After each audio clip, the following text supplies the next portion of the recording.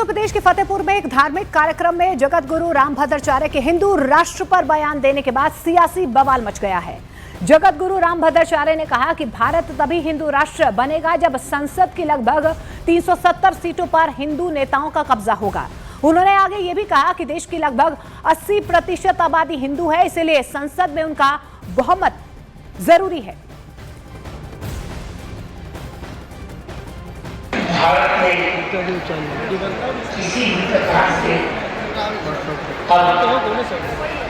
हिंदुओं की संख्या 80% होनी ही चाहिए।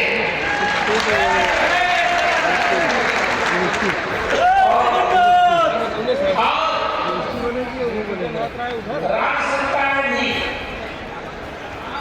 हम जब तक संसद में कम से कम 370 सीट नहीं लाएंगे हिंदू वालों की, तब तक हिंदू राष्ट्र नहीं बन सकेगा।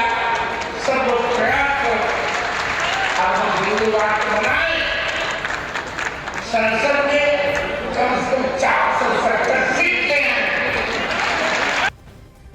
और रामभद्राचार्य के इस बयान के बाद सियासी हलचल और ज्यादा तेज होती हुई नजर आ रही है। कांग्रेस के उदित राज ने इस पर तीखी प्रतिक्रिया दी है।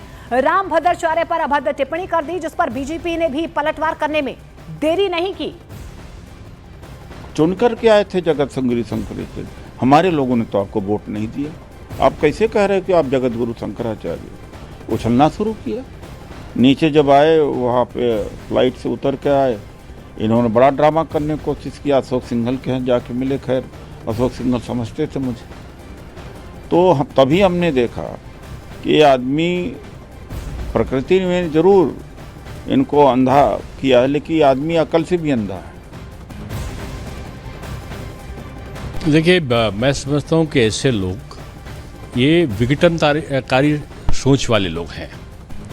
और कांग्रेस ने तो वो कहते थे मोहब्बत की दुकान खोल ली है, और उस तुष्टीकरण की दुकान में सांप्रदायिकता बिकती है, जहरीले वक्तव्य बिकते हैं, एक दूसरे से अलगाववादी सोच बिकती है। और मैं समझता हूँ कि ऐसे लोग तो खिलाड़ी कहलाने के लायक नहीं हैं, जो देश में विभाजन की बात करते हैं। और जगत गुरु रामभद्राचार्य के बयान का अयोध्या के संतों ने समर्थन किया है। संतों ने देश को हिंदू राष्ट्र घोषित करने की जरूरत पर जोर दिया।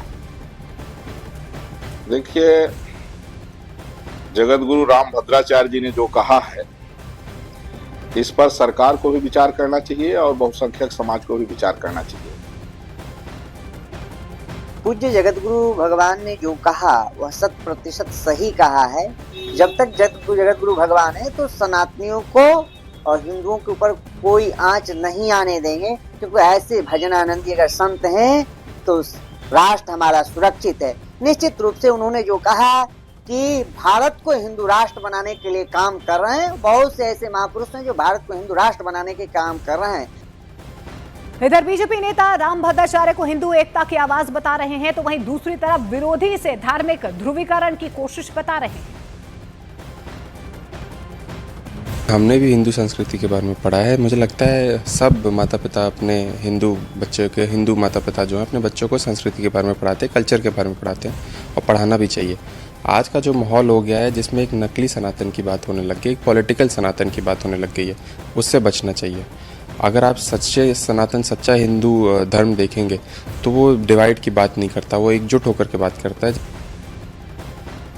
उनके जितने भी असंख्य फॉलोअर्स हैं और उन्होंने जिस प्रकार का ज्ञान अर्जन किया है टुवर्ड्स सनातन धर्म, और इतना पढ़ा लिखा व्यक्ति खुद में, एक सिर्फ धर्मगुरु ही नहीं, उनकी अगर आप डिग्रीज पढ़ लें तो आपको, मुझे लगता है जो ये व्यक्ति है जिसने बोला है, इनका नाम लेना कोई उचित नहीं है।